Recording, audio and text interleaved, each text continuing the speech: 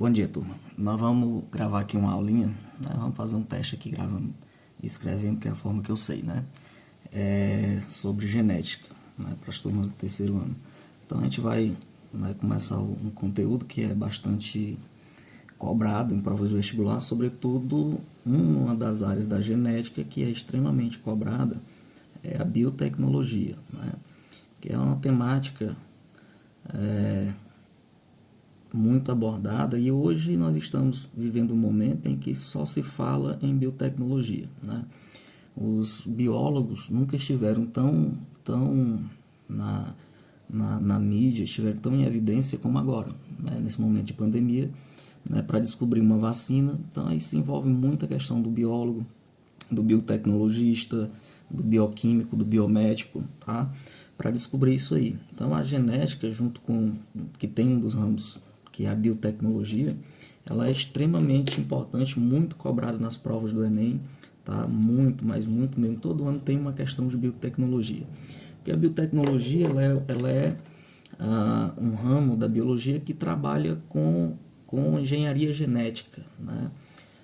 Ou técnicas do DNA recombinantes, ou engenharia genética, tá? Então, quando você fala de engenharia genética, aí tem alguns temas que são muito abordados, tá? Por exemplo, transgênicos, tá? Os transgênicos são organismos geneticamente modificados, OGMs, né? Lembrando que nem todo OGM ele é um transgênico, né? Os transgênicos é quando ele recebe o gene de um organismo de outra espécie, tá? Ele é um transgênico, mas ele pode ser modificado para outras finalidades, e aí ele já passa a ser um OGM. Então, essa temática, a clonagem, né? Sobretudo clonagem de órgãos, né? De tecidos, para alguns tratamentos quimioterápicos, inseminação artificial, né? Tudo. A genética hoje ela é uma área muito, né, que vale a pena você se especializar nessa área, porque você vai ter um campo muito vasto de trabalho. Então, voltando aqui especificamente para a área da genética, o que seria a genética? É o ramo da biologia que estuda, né, o campo de estudo da genética é o material genético e principalmente as suas variações entre os organismos e como que esse material genético é responsável pela transmissão das características hereditárias, tá? Então, material genético, nós já sabemos que o material genético, esse material genético, nada mais é do que o DNA, tá? Então, a genética, ela vai estudar basicamente a molécula de DNA, tá? E essa molécula de DNA, que tem a sua estrutura, né, o formato decifrado do DNA, que a gente conhece hoje como dupla hélice, né? A helicoidal ou uma dupla hélice, nós já vimos isso lá no primeiro ano, né? Essa molécula de DNA ela foi descoberta e estudada, a estrutura como a gente conhece hoje, pelo Watson e Crick em 1953, tá? Watson e Crick. Então esses caras foram que determinaram a estrutura, né, fundamental da molécula de DNA, que é aquela fitazinha, né, em formato de hélice, tá? Que a gente já viu, né, que tem as bases nitrogenadas. Então isso aqui a gente chama de uma molécula de DNA, que é uma fita dupla, onde tem os nucleotídeos, e nós encontramos aqui as ligações, né, que unem uma molécula um lado da fita ao outro, que são as bases nitrogenadas. Então o DNA ele tem bases nitrogenadas. Se são bases nitrogenadas é porque tem nitrogênio, né, juntamente com as proteínas, tá? O DNA, juntamente com as proteínas, são as moléculas que apresentam nitrogênio na sua estrutura, tá? Isso aí é extremamente importante. E esse nitrogênio, né, para a composição da molécula de proteína, né, e para a composição do DNA com as bases nitrogenadas, esse nitrogênio ele é importante porque nós temos lá na natureza um processo biológico chamado de fixação do nitrogênio, que também é extremamente importante. E aí nós temos bactérias, né, fixadoras de nitrogênio, né? Principalmente nas plantas leguminosas no solo, né? Que são as nitrossomonas e nitrobacter. Então, a genética ela vai trabalhar especificamente estudando a molécula de DNA, onde nós vimos aqui que é uma fita dupla, que tem as bases nitrogenadas, e aí as bases nitrogenadas são púricas, né? Ou pirimídicas, tá? Então, são esses dois tipos de bases nitrogenadas que nós temos. As bases púricas, nós temos adenina e guanina, guanina, tá? São as bases guanina. Nós temos aqui as bases púricas, né? E as bases, a bagaceira que já tá aqui, sem ter um quadro é foda. As bases púricas tem a timina, citosina, né? E no caso do RNA, no lugar da timina, você tem a uracila. Então, basicamente, é um apanhado para a gente lembrar lá da base da molécula de DNA. A genética ela vai compreender, né, como que essa molécula de DNA ela passa a ser responsável pela transmissão das características hereditárias, né? Essas características hereditárias que pode ser, por exemplo, a cor do olho, né? A cor da pele, né? Então, as características hereditárias é o que você herda como herança dos seus antepassados, dos seus genitores. Então, a cor do olho, a cor da pele, a altura, né, a forma do cabelo, a capacidade de enrolar ou não enrolar a língua, tudo isso são características hereditárias que provocavam, né, no homem desde o início, né, como que essas características podiam ser passadas de uma geração para outra, tanto em animais como em vegetais, né? Então, todo esse campo aí é estudado pela genética. Basicamente, antes da gente aprofundar no conhecimento, no estudo da genética, é importante que a gente conheça alguns conceitos básicos da genética, né? Um dos conceitos extremamente utilizado, e é o que nós vamos trabalhar bastante aqui, é o conceito de gene, né?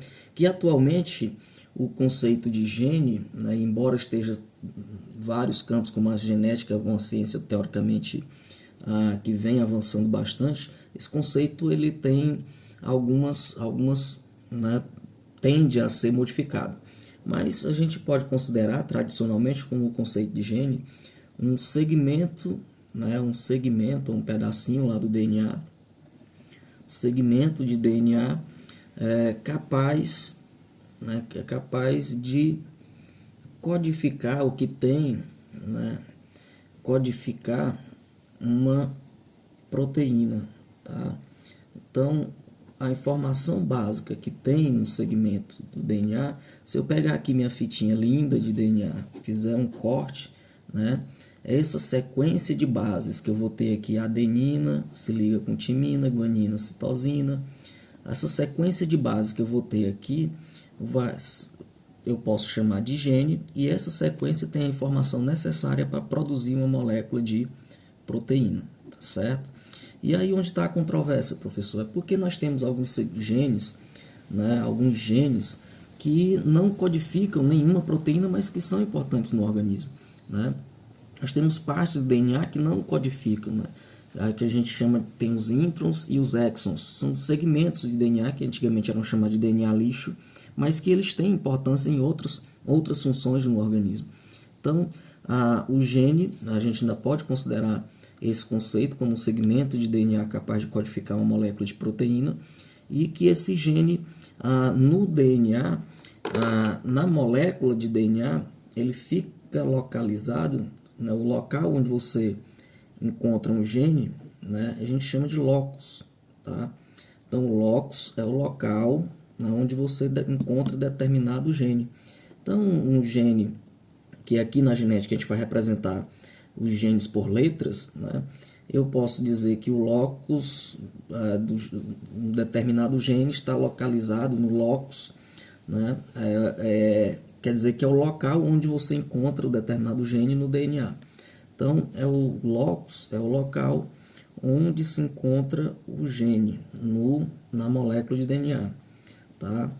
onde você vai encontrar o gene. Isso aí a gente chama de locus gênico. Beleza, então o primeiro conceito que a gente tem que trabalhar é o conceito de gene, tá? Dentro do DNA. Os genes, né, e a molécula de DNA, ela vai ser encontrada, né, de formas diferentes, né? As formas alternativas de genes eu vou chamar de alelos, tá? Eu vou chamar de alelos. São as formas alternativas de um gene, tá? São os alelos. Então, é as formas alternativas, a variação de um gene, né? Formas alternativas, né? Alternativas, variações. Então, isso aí eu vou chamar de alelos. Então, no DNA, na molécula de DNA, e para a transmissão das características, nós podemos, por exemplo, determinar um gene, vou chamar de azão, tá? Esse azão ele pode sofrer mutações, alterações ao longo do tempo, e esse azão ele pode ter uma forma alternativa, embora para a mesma característica, eu vou chamar isso aqui de azinho. Então, eu tenho um gene azão e a sua forma alternativa, a sua variação, que ocorreu por mutações, tá? Isso ocorre por mutações. Essa forma alternativa eu vou chamar de alelo. Então, isso aqui é o alelo do gene azão, tá certo? Então, eu tenho um gene que sofreu uma alteração, isso aqui é o seu alelo. Toda característica, e lembrando que esses alelos, né, eles sempre, né, atuam na mesma característica, tá? Na mesma característica. Então, se o gene azão determina o tamanho do meu pé, o gene azinho ele vai determinar também o tamanho do pé, só que de uma forma diferente, que a gente vai ver aqui a questão dos genes, eles podem ser dominantes ou eles podem ser recessivos, tá? Recessivos.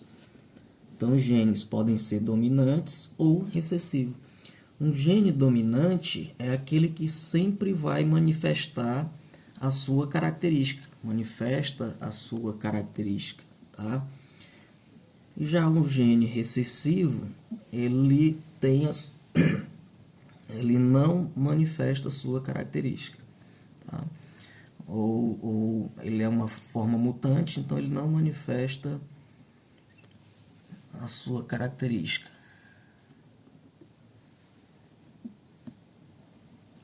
Tá ok? Então, se eu tenho, por exemplo, um indivíduo com o gene azão, né? Se eu tenho um indivíduo com o gene azão, azinho, quer dizer que ele tem um gene azão, que é sempre a letra maiúscula é dominante, e o azinho tem a característica recessiva. Digamos que isso seja para a característica albinismo, né? Um exemplo disso é o albinismo. Tá? No albinismo, o gene azão determina produção